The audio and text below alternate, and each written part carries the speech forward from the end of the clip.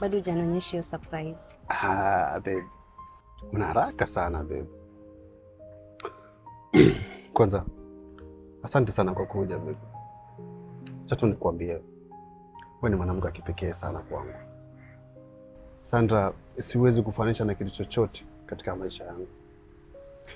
Yaani, uacha tu mapenzi. Umeteka moyo wangu, mwili. Yaani, maisha yangu yote unaendesha. Nakupenda sana Sandra. Nakupenda pia.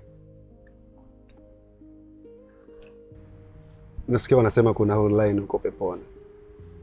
Usihitaji online. Nakupenda wewe Sandra wangu. Penzi yangu amepita 100% na sijali anakoelekea wewe. It's okay. Ushasema.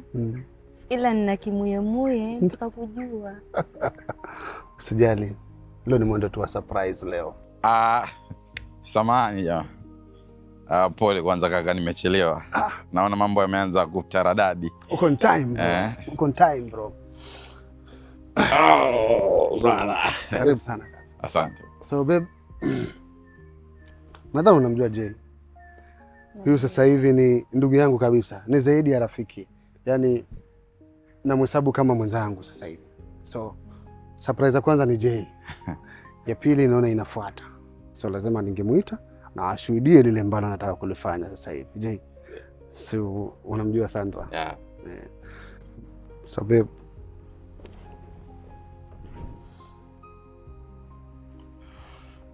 hicho ambacho naenda kukifanya hapa si cha leo peke yake babe. Cha kesho na vizazi vyetu vyote vitakapokuja babe. So Oh my god.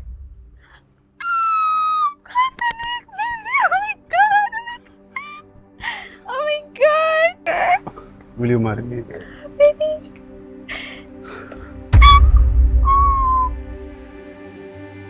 Nini kaka?